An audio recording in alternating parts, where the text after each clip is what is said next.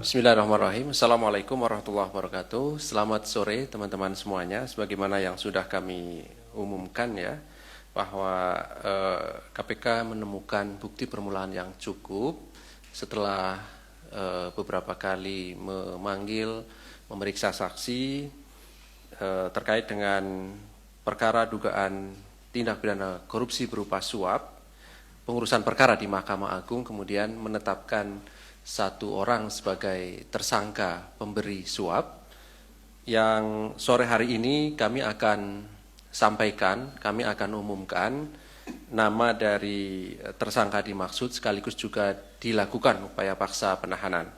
Hadir sore hari ini pimpinan Pak Nurul Gufron dan juga Direktur Penyidikan Pak Asep.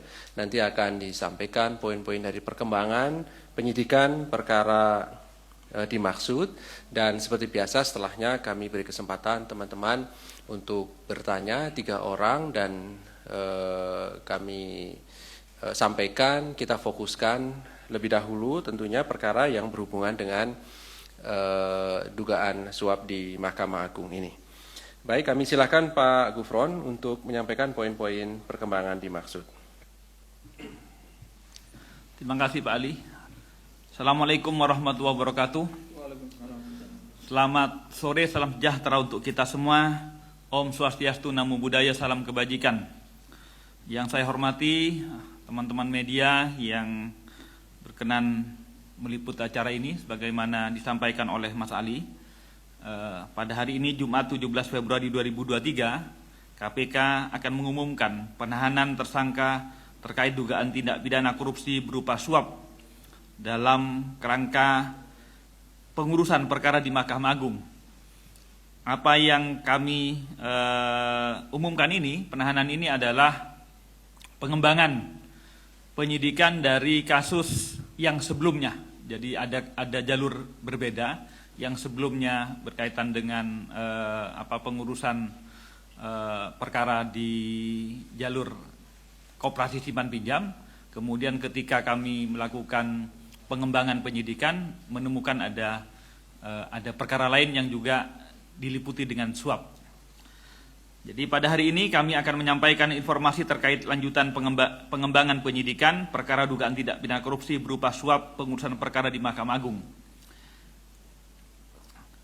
Masih dan dalam kerangka pengembangan penyidikan perkara atas nama tersangka EW dan kawan-kawan yang dalam hal ini berkapasitas sebagai hakim yudisial atau panitera pengganti Mahkamah Agung, KPK menemukan adanya kecukupan alat bukti terkait dugaan perbuatan tindak pidana lain dalam pengurusan perkara di Mahkamah Agung, sehingga KPK merasa perlu meningkatkan perkara ini ke tahap penyidikan dengan menetapkan dan mengumumkan tersangka WH yang berdiri di belakang kami, yaitu Ketua Pengurus Yayasan Rumah Sakit SKM, sehingga yang kemarin koperasi, yang sekarang ini pengurusan perkara tentang rumah sakit.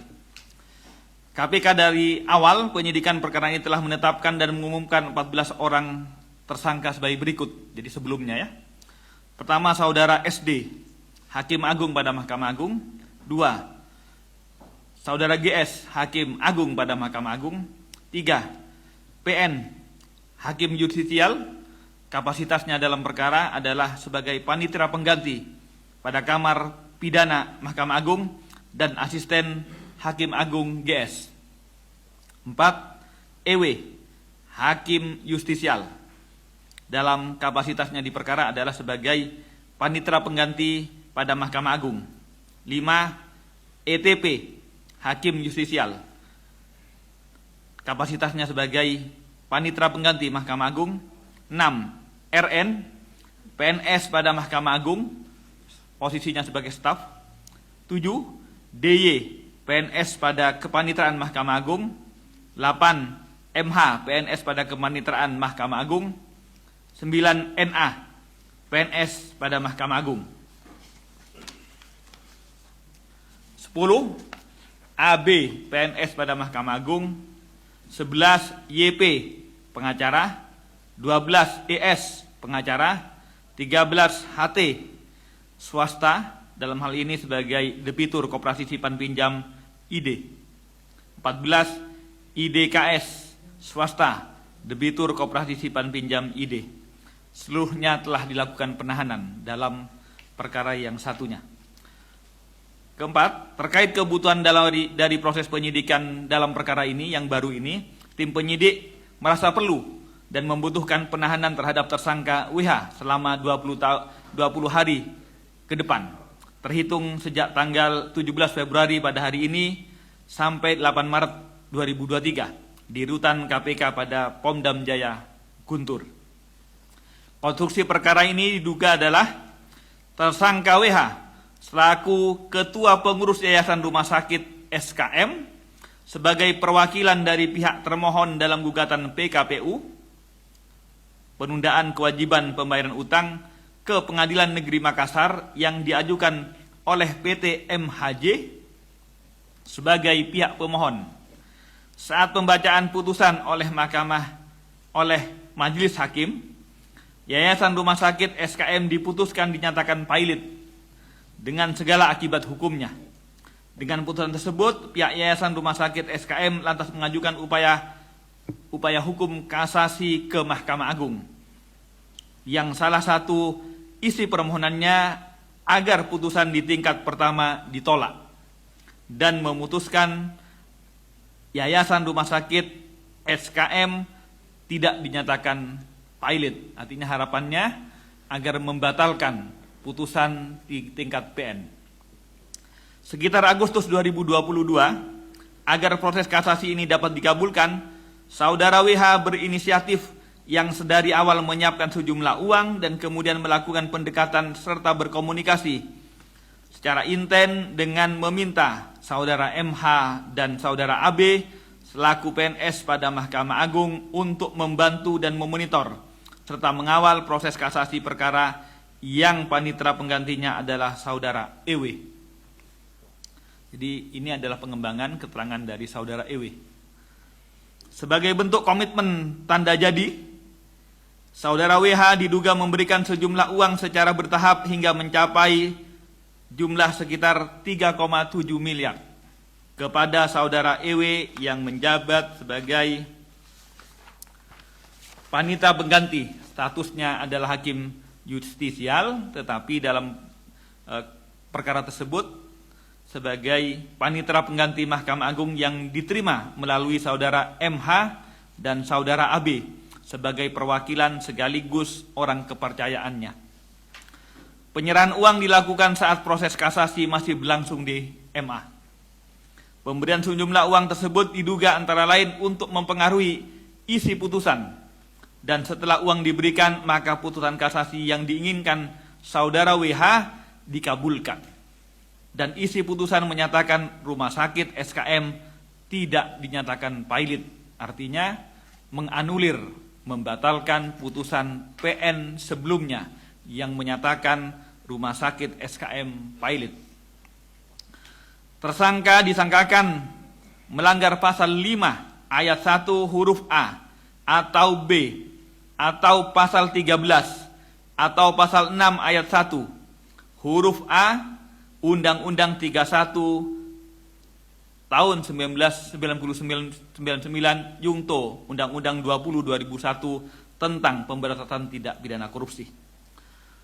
Kami berharap rangkaian penyidikan kami di Mahkamah Agung ini tidak berkembang lagi.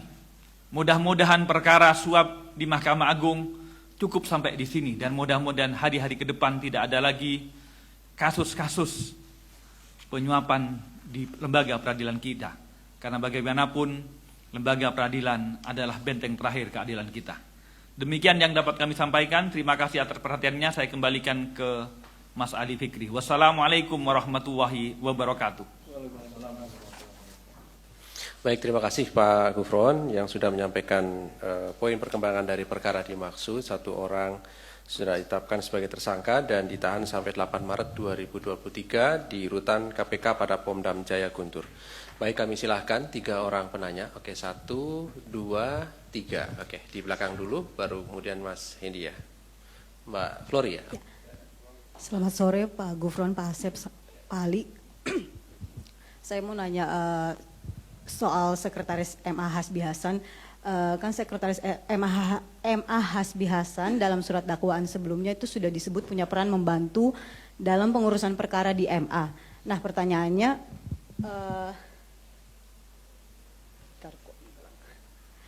apakah perannya ini sudah didalami oleh KPK dan kapan statusnya dalam kasus ini akan disampaikan? Itu aja sih, terima kasih.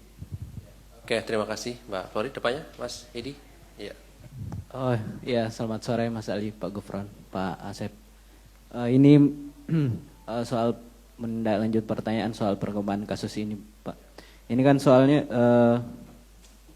perkara yayasan SKM ini kan diadili hakimnya pada saat itu salah satunya kalau salah Takdir Rahmadi sama Nurul Emilia.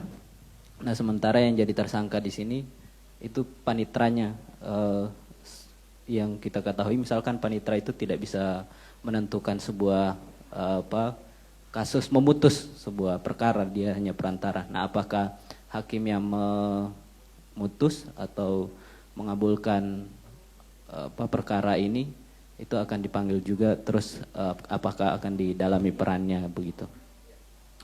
Terus yang kedua, ini soal dakwaan yang sebelumnya dari beberapa terdakwa yang sudah dibacakan juga, Pak Ali, Pak Gufron, soal si Dadan Tri itu di sebuah salah satu dakwaan juga disebut, dia kan sebagaimana disebut tadi teman di belakang, dia perantara, salah satu perantara juga ke Sekma gitu, Sekretaris MA. Nah, apa KPK telah menelusuri aliran uang yang 11,2 M itu yang diduga berkaitan sama Dadan ini? Terus apakah digunakan sendiri sama Dadan atau kemudian mengalir ke pihak lain mungkin atau sampai ke Hakim Agung? Begitu saja, terima kasih banyak Mas Ali. Pak Baik, Gufron, Pak Asep. terima kasih Mas. Terakhir Mas Mario ya. Iya silakan Mas Mario. Ya terima kasih. Saya mau nanya soal kaitannya peran EW ini, apakah dengan menerima tersangka di belakang ini apakah digunakan sendiri atau diteruskan? Sebab kalau memang kapasitasnya seorang panitera itu kan gak mungkin memberikan kebijakan atau keputusan. Artinya yang seperti dikatakan Hedi tadi bahwa tidak mungkin seorang panitera memutus suatu perkara. Artinya aliran uangnya yang di belakang ini putus di EW atau naik ke atas. Terus kedua, mempertegas saja dua kaitan antara Sekretaris Hasbi dengan Dadan Tri ini, apakah memang seorang Hasbi bisa memutus atau bahkan memberikan rekomendasi hasil putusan sehingga seorang Dadan Tri itu bisa menyampaikan uang 11,2 miliar kepada Hasbi di Surabaya. Apakah memang sudah seperti itu? Atau memang Hasbi punya konek langsung dengan Ghazal Basaleh sehingga harus memutus itu? Nah kedua, saya mau nanya soal, ini yang baru ke DT KPK adalah soal kamar perdata yang lebih banyak pada hal itu. Terus kemudian mungkin nanti akan berlanjut kepada pidana, kamar pidana yang digawangi oleh Ghazal Basaleh. Dan kemudian di sisi lain ada KUHP nasional, KUHP baru. Yang dalam putusan Mahkamah Konstitusi dinyatakan bahwa namanya peninjauan kembali bisa lebih 1 kali. Artinya tidak ada batasan, bisa berkali-kali. Bahkan penundaan itu, pengajuan PK itu disinyalir sebagai penundaan eksekusi. Entah itu perkara pidana, entah itu perkara perdata.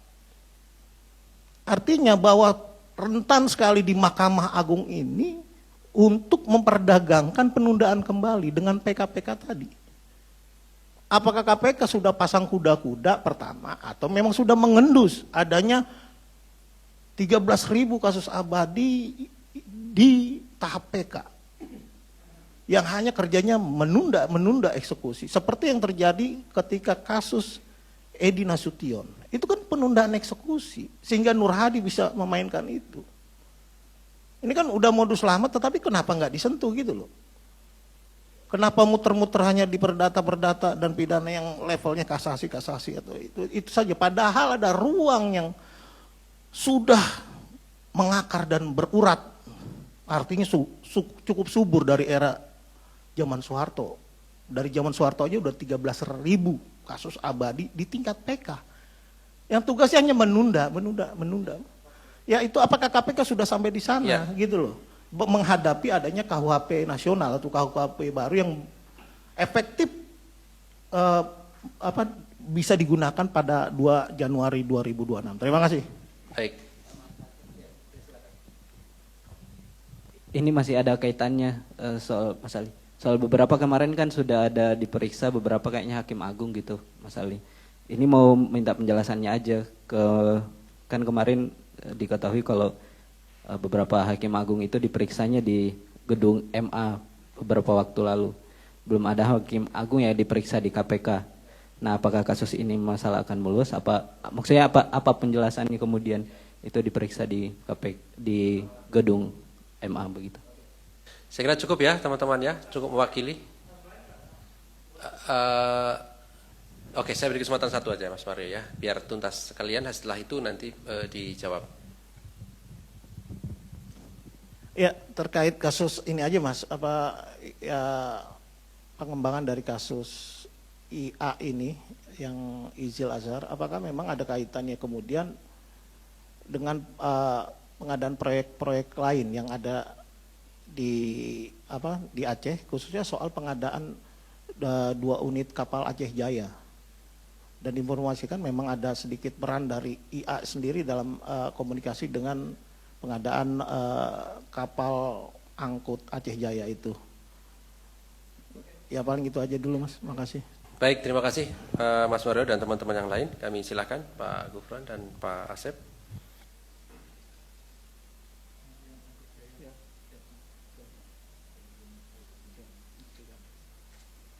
Terima kasih teman-teman media. Ada 6 dan bahkan yang terakhir tambahan dari Mas Mario ada pertanyaan yang ke-7. Ada beberapa hal ya, tapi rasanya pertanyaannya walaupun 6 pertanyaan tapi rasanya mirip-mirip saja. Artinya perkembangan bagaimana berkaitan dengan pihak-pihak lain yang kami tindak lanjuti adalah tentu yang sudah memiliki kecukupan alat bukti. Setelah kami tetapkan, kami tahan, baru kemudian ada keterangan-keterangan baru sehingga kami tetapkan begitu. Begitupun pertanyaan tadi, mestinya sebagaimana dipertanyakan adalah Sekretaris MA, apa sudah didalami? Tentu sekali lagi semua pihak yang disebut ataupun kemudian ada korelasinya dengan perkara pasti akan kami dalami. Termasuk misalnya ada Sekretaris MA, kedua tadi Dadan Tri maupun pihak-pihak lain tentu kami akan kembangkan untuk kemudian kami tentukan statusnya setelah kami memiliki kecukupan alat bukti. Itu pertama. Kedua, selama ini dalam perkara ini ya, EW statusnya sebagai panitera. Tentu panitera merupakan pihak penentu.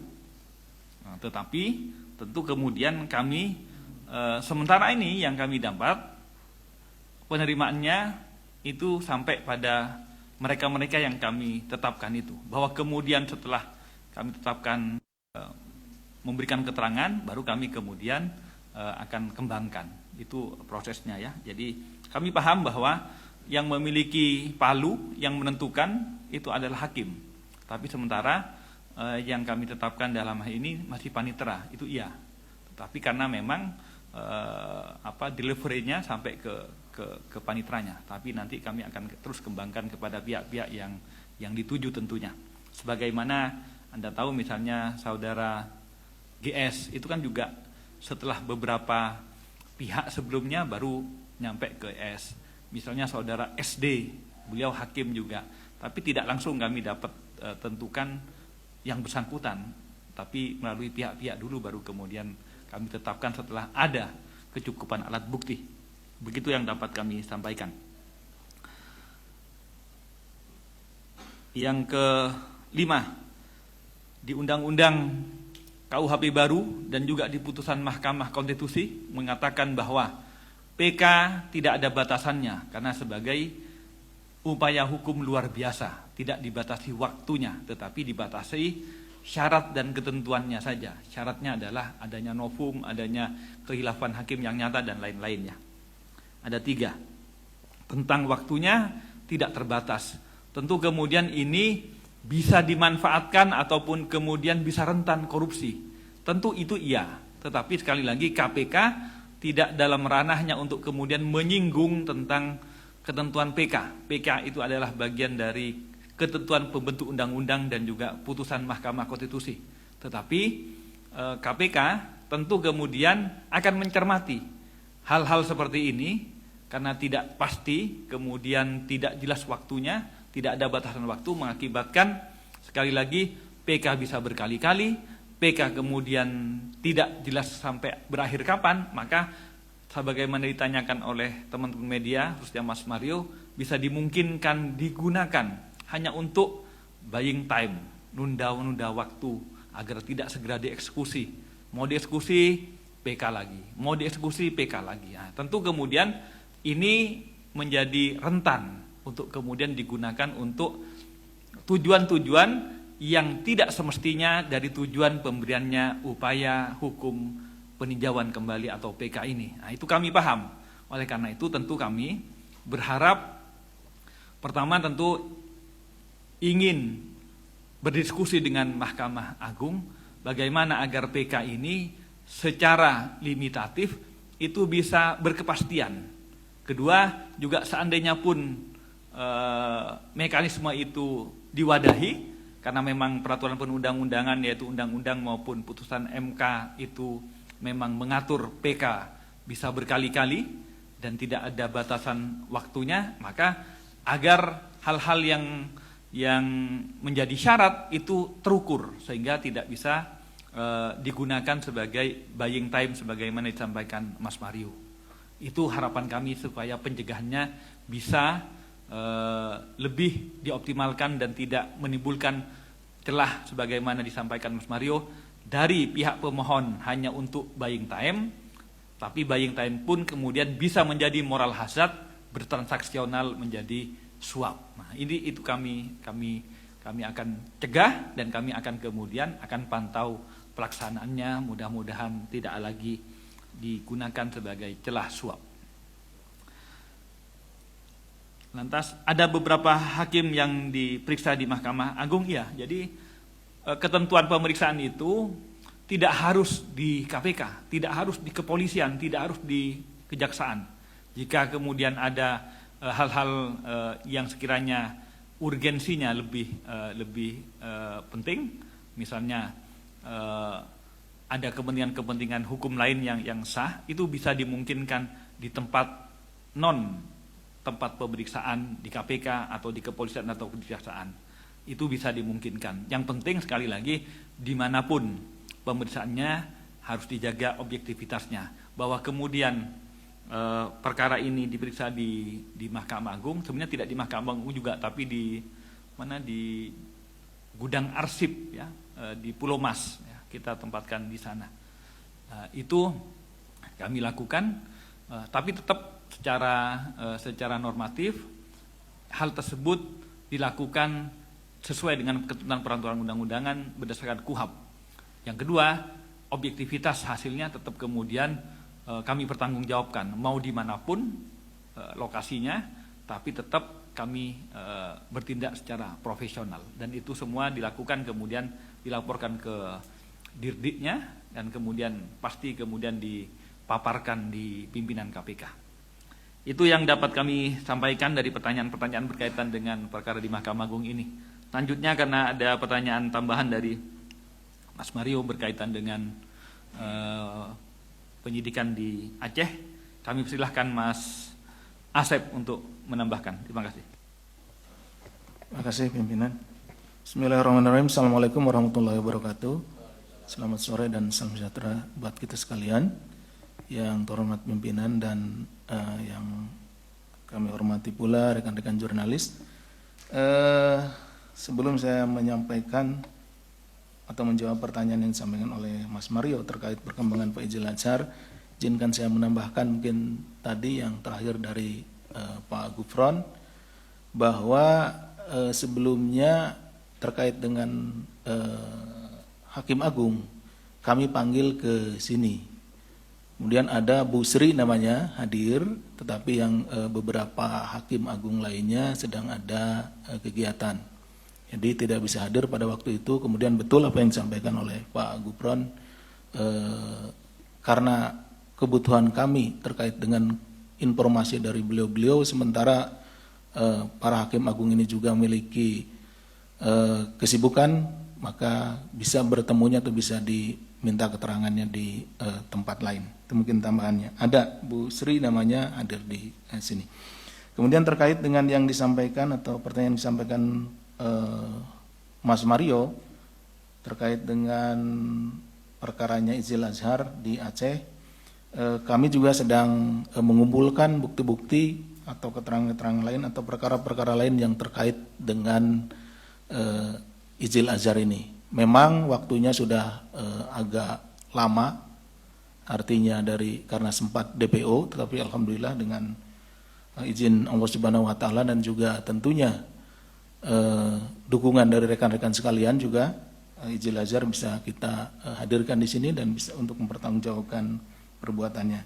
Dan tentunya terkait dengan masalah kapal, tidak hanya itu Mas Mario, yang lain juga sedang kita dalami, termasuk juga perkara-perkara yang menyangkut perkara MA ini juga sedang kita dalami. Mohon rekan-rekan bersabar, dan kami pun juga apabila ada informasi-informasi dari rekan-rekan mohon juga masukan kepada kami tentunya, karena informasi dari rekan-rekan juga sangat mendukung atau sangat berguna bagi kami. Itu mungkin yang bisa kami sampaikan. Terima kasih. Kami kembalikan ke Pak Ali. Baik, terima kasih Pak Gufron dan Pak Asep yang sudah merespon pertanyaan dan tanggapan dari teman-teman. Saya kira cukup. Terima kasih kehadiran pada sore hari ini. Terima kasih kehadiran pimpinan Pak Gufron dan Pak Asep. Kami akhiri. Assalamualaikum warahmatullahi wabarakatuh.